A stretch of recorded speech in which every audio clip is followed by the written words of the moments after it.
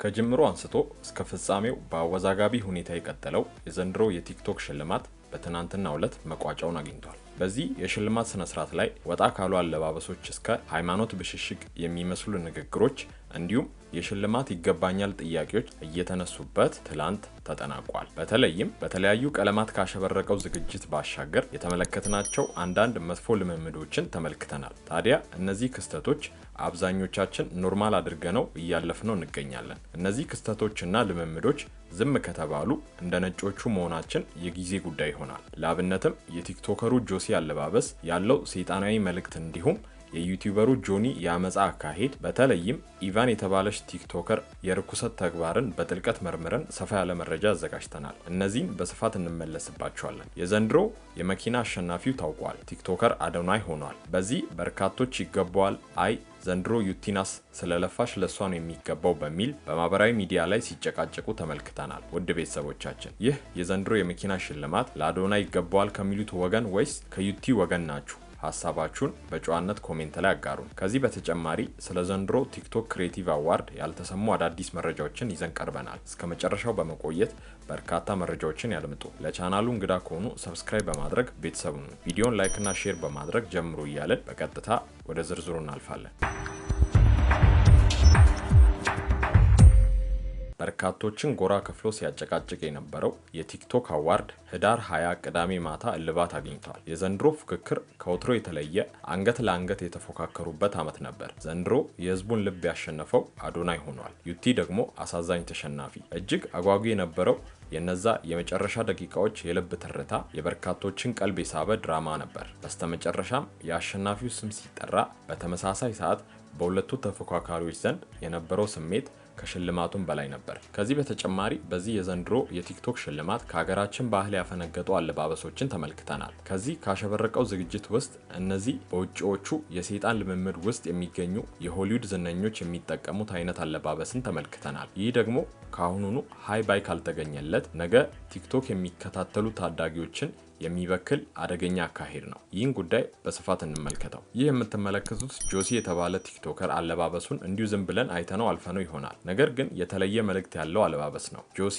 ሆን ብሎ አሊያም ሳያውቅ አሰርቶት ሊለብሰው ይችላል። ወይንም የዚህ ልብስ ዲዛይነሮች ሳያውቁት ለየት ስላለ ብቻ የሰሩት ልብስ ሊሆን ይችላል። ግን ይህንን ልብስ ማን እንደሚጠቀመው እናሳያችሁ። ይህ የምትመለከቱት የሆሊውድ ዝነኛ ሲሆን ስሙም ቢሊ ፖርተር ይባላል። ቢሊ ፖርተር የአሜሪካ አርቲስት ነው። እርሱ በተለየ ከፍተኛ ተከፋይ ተዋናይ ነው። የሙዚቃ ተዋናይ እንዲሁም የፋሽን አዳዲስ ስራዎች ውስጥ የሚገኝ ታዋቂ ሰው ነው። ፖስት ተብሎ የሚታወቀው የቲቪ ስርጭት ላይ የአርኬ አርቲስት እንደ ዋና ተዋናይና የተለየ አዳዲስ ፋሽን ስታይል ተዋናይ ነው። በቶኒ አዋርድ እና ኢሚ አዋርድ ላይ የተሸለመ ስመገናና አርቲስት ነው። እርሱ የኤልጂቢቲኪው መብት እና ይህን የሚደግፉ የተለያዩ ፋሽን ስታይሎችን አስተዋዋቂ ሰው ነው። ይህ ማለት ይህን ርኩሰት የተሞላበትን የተመሳሳይ ጾታ የሚደግፍ እንዲሁም በዚህ ነገር ውስጥ ያለፈ ከዚህም አለፍ ሲል ለዚህ ቆሻሻ ነገር መብታቸው እንዲከበር የሚሰራ ሰው ነው። በአጠቃላይ በፖፕ እንዲሁም በፋሽን በቴሌቪዥን ዘርፍ ውስጥ ታዋቂ ሰው ነው። ታዲያ እነዚህን እና መሰል አልባሳትን የሚጠቀመው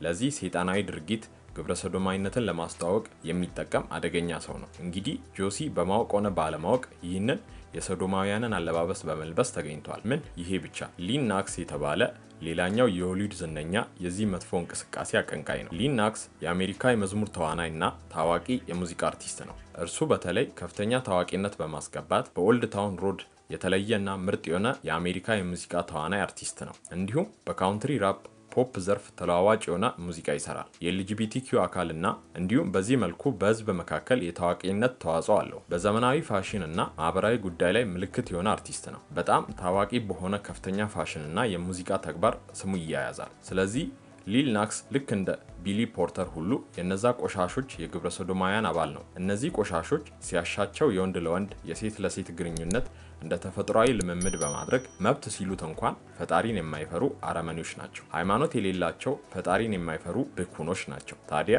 ይህን ቆሻሻ ተግባራቸውን ለማስተዋወቅ የተለያየ አጋጣሚዎችን ይጠቀማሉ። በተለያዩ የሽልማት ስነ ስርዓቶች ላይ፣ የፊልም ምርቃቶች ላይ እንዲሁም ፋሽን ሾዎች ላይ ለዓለም ያሳያሉ። ባለማወቅ ሆነ በማወቅ ይህንን የሚያዩ የሀገራችን ዝነኞች ይህን አይነት አለባበስ በመልበስ ይከሰታሉ። በነዛ በውጮቹ ቆሻሾች ወጥመድ ውስጥ ይገባሉ። ጆሲም ትላንት ይህን የሰዶማውያን ምልክት የሆነውን ልብስ በመልበስ ታይቷል። ውድ ቤተሰቦቻችን እኛ የማንንም ስም የማጥፋት ዓላማ የለንም። ነገር ግን በማወቅ ሆነ ባለማወቅ ወጣቱ ትውልድ በነጮቹ ወጥመድ ስር በመግባት እየጠፋ ይገኛል። ከዚህ ከሰይጣን ወጥመድ በመትረፍ ሀገራችንን ለማዳን የነዛን የቆሻሾችን የግብረ ሰዶማውያንን ስድብና ዛቻን ሳንፈራ ዘውትር ሳንሰላች የምንሰራውም ለዚህ ነው። ጆሲ ወጣት ጎበዝ ልጅ ነው። ቲክቶክ ባመጣለት እድል በመጠቀም የራሱንና የቤተሰቡን ህይወት የቀየረ ታታሪ ልጅ ነው። ለዚህም አውቆ ይሁን ሳያውቅ አሊያም በዲዛይነሮች ስህተት ይህን አድርገዋል። ሌላው ደግሞ የዚች ኢቫን የተባለች ቲክቶከር አለባበስ ነው። ከ600,000 በላይ ተከታዮች ያሏት የቺ ቲክቶከር በትናንትናው ዕለት የለበሰችው እጅግ ያፈነገጠ አለባበስ አንዱ ነው። ይህች ቲክቶከር ለእርቃን ሩብ ጉዳይ የሆነ አለባበስ ይዛ መጥታለች። ሚሊየንስ ነው ያው ሁሌ ግልጽ ነው ነገር 3 ሚሊዮን ብር እንደሰማችኋት እርቃኗን በአደባባይ ያሰጣትን ጨርቅ 3 ሚሊዮን ነው ያወጣው ስትል መሳለቋን ትቀጥላለች። የሚገርመው ደግሞ ጠያቂዋ በጣም አምሮብሻል ስትል ይደመጣል። ይህ እንግዲህ ምን አይነት ጊዜ ላይ እንደደረስን ያሳያል። እነዚህ እንግዲህ እርኩሰትን በአደባባይ ለማስተማር የወጡ አላዋቂዎች ናቸው። ይህች ኢቫን የተባለች ቲክቶከርም እንዲሁ ዝም ብላ አይደለም ይህን አለባበስ የለበሰችው። ልክ እንደ ሌሎቹ ሁሉ የውጮቹን እርኩሰት የተሞላበት ድርጊትም በማየት ነው። ኢቫን ይህ አለባበሷ ታዳጊ ህፃናት ላይ የሚያደርሰውን ተጽዕኖ የተመለከተችው አይመስልም። ይህ ዛሬ በሷ ያየነው ነገ ታዳጊዎች በሙሉ እንደ ኖርማል ቆጥረውት አደባባይ ይዘውት ይመጣሉ።